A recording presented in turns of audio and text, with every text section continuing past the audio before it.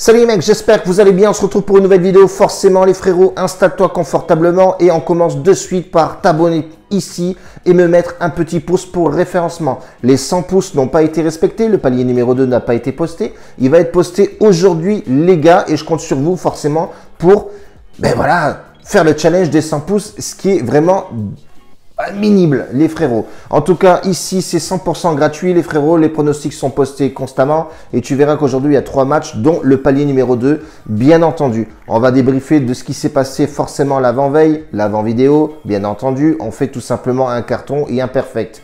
Le lien dans la description ici, Bet Analytics, tu verras la bankroll de la chaîne, elle est plutôt sympathique et évolutif aussi les frérots avec le pourcentage de miss, les probabilités bien entendu des matchs qu'on te propose.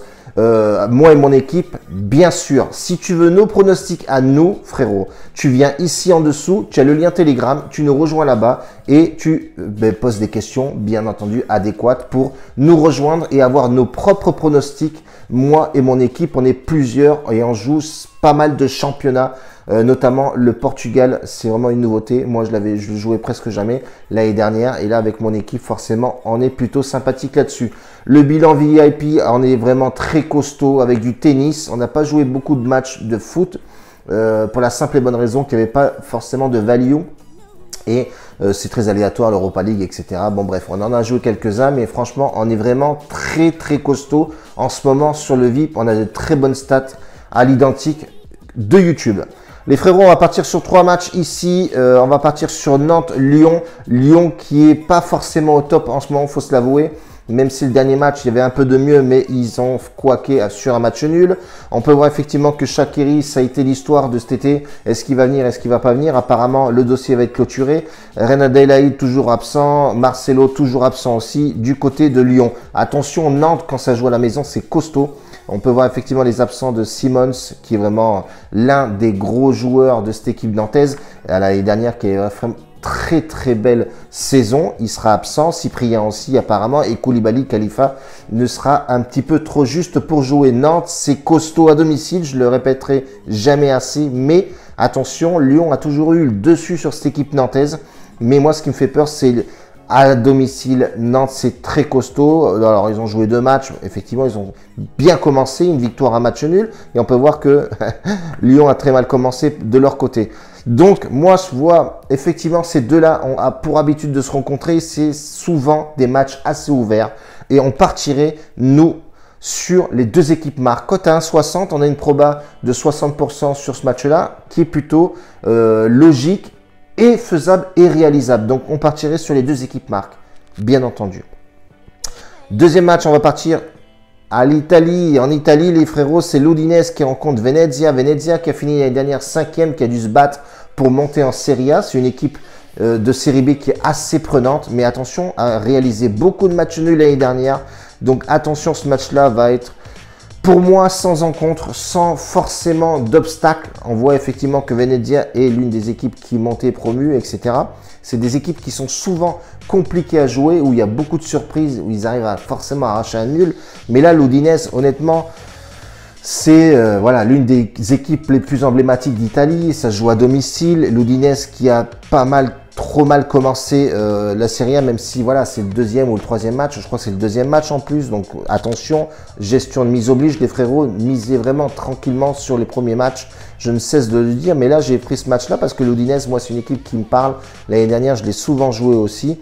Bon, attention côté l'Udinese, c'est Llorente qui sera absent, buteur emblématique de cette équipe. Moi, sur ce match-là, je suis parti sur une probabilité 50-50. Hein, attention, hein, l'Udinese peut gagner ce match-là comme ils peuvent se faire accrocher par Venezia.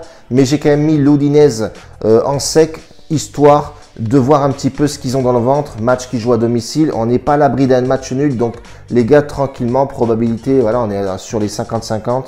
Donc, gestion de mise oblige. Attention, ne misez pas la maison là-dessus, les frérots. Ça reste du aléatoire. Dernier match, les frères, on reste en Italie et on a un Hellas Vérone qui rencontre l'Inter de Lukaku qui s'est barré forcément, reparti au bercail à Chelsea.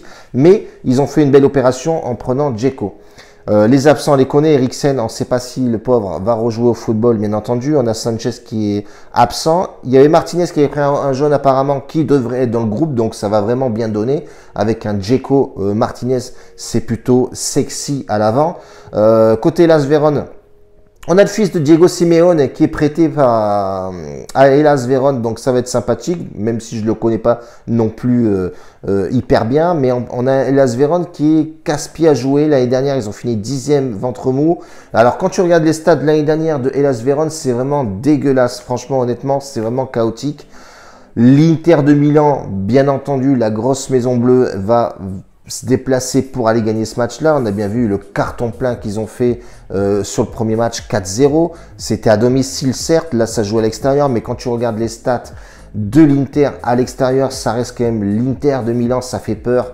À mon avis, déplacement à Hellas Vérone ne va pas forcément poser problème.